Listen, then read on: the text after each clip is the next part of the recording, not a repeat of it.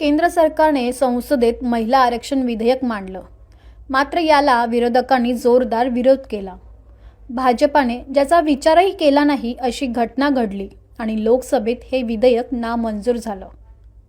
राज्याचे मुख्यमंत्री देवेंद्र फडणवीस यांनी लोकसभेत महिला आरक्षण नामंजूर झाल्यानंतर पत्रकार परिषद घेतली।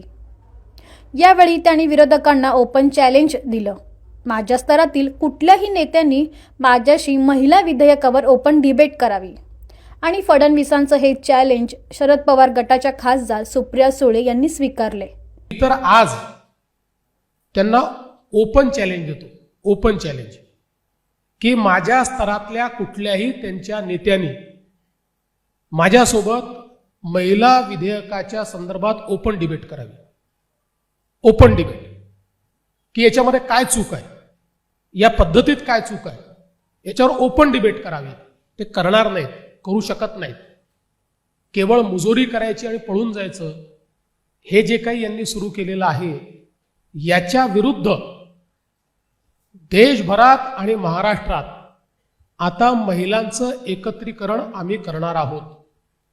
आम्ही ठरवलंय की अशा पद्धतीनं जर महिलांच्या अधिकाराची भ्रूण हत्या होत असेल तर त्याच्या विरुद्ध लोकशाहीमध्ये जनमताचा रेटा ज्या दिवशी लक्षात येईल की आता महिलांना आपण तोंड दाखवू शकत नाही, महिलांना उत्तर देऊ शकत नाही, त्या दिवशी ही सर्व पक्ष वटणीवर येतील आणि महिला आरक्षण विधेयकाला हे मान्यता देतील। आणि म्हणून आम्ही महायुतीतले सगळे पक्ष आपापल्या परीने या संदर्भात जनमत एकत्रित करण्याचं काम करू, महिलांना संघटित करण्याचं काम करू। महाराष्ट्रातनं 1 कोटी महिलांच्या सह्या या आम्ही गोळा करणार आहोत या बिलाच्या समर्थनार्थ। त्यासोबत तालुका स्तरापर्यंत मोठ्या प्रमाणात जनजागृती करणार आहोत। उद्या भारतीय जनता पक्षाने एक या संदर्भातला मेळावा बोलवलेला आहे। आमच्या मित्रांना देखील आम्ही तिथे निमंत्रित करू। सगळे पक्ष एकत्रितपणे आणि आपापल्या परीनं महिलांमध्ये जनजागृती करून महिला विरोधी चेहरा काँग्रेस, महाराष्ट्रामध्ये काँग्रेस, शरद पवार राष्ट्रवादी आणि उबाठाचा हा जो महिला विरोधी चेहरा आहे, हा चेहरा आम्ही उघडा करू आणि निश्चितपणे एक असा जनमताचा रेटा तयार होईल की मुकाट्याने या सर्वांना महिला आरक्षण विधेयकाला समर्थन द्यावं लागेल। त्या दृष्टीने आजपासनं आमचा निर्धार हा सुरू झालेला आहे आणि तो जोपर्यंत महिलांना आरक्षण मिळत नाही, जोपर्यंत लोकसभा आणि विधानसभेमध्ये महिलांना आरक्षण मिळत नाही, तोपर्यंत आता आम्ही स्वस्थ बसणार नाही। अजिबात मला वाटत नाही, कारण का आमचा महिला आरक्षणाला विरोधच नाही आहे। ते बिल पास झालेलं आहे।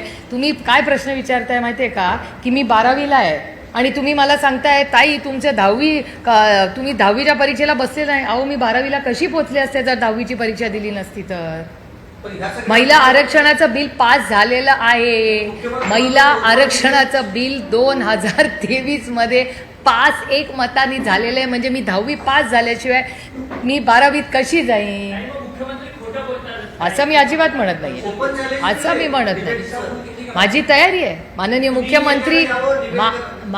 मुख्यमंत्री म्हणतील ती जागा, माननीय मुख्यमंत्री म्हणतील ती वेळ, कारण का ते माझ्यापेक्षा जास्त व्यस्त आहेत, त्याच्यामुळे ते म्हणतील ती वेळ विनम्रपणे आमच्यापैकी कोणीही विरोधक म्हणून नाही, पण देशाला वास्तव कळलं पाहिजे। कारण का महिला आरक्षणाला विरोधच नाही आहे ना, बिल पास झाल्या। अहो बाळ तुमचं 10वी पास झालेलं आहे ऑलरेडी, ते 12वीत गेले आणि 12वीत तुम्ही विचारताय 10वीचं सर्टिफिकेटच नाही। अरे मग मी 12वीत 11वी 12वी केली कशी जर 10वीत पास?